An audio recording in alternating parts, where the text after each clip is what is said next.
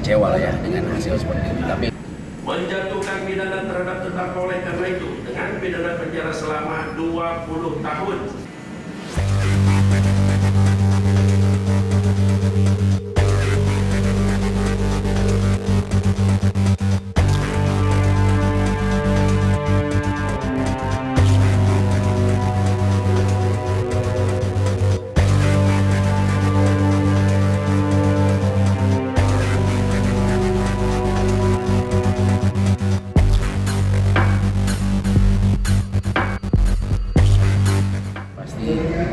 Sebagai orang biasa, saya merasanya sebenarnya kecewa lah ya dengan hasil seperti itu. Tapi saat ini karena kita ada di negara hukum, saya menghormati apapun yang hari ini sudah diputuskan.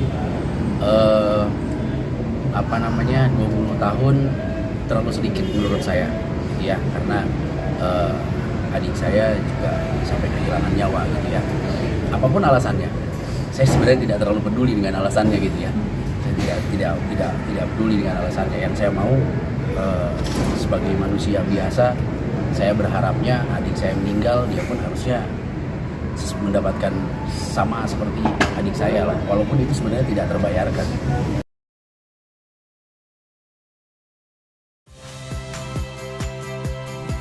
Saya Yasir Neneama. Saksikan program-program Kompas TV melalui siaran digital, pay TV, dan media streaming lainnya. Kompas TV, independen, terpercaya.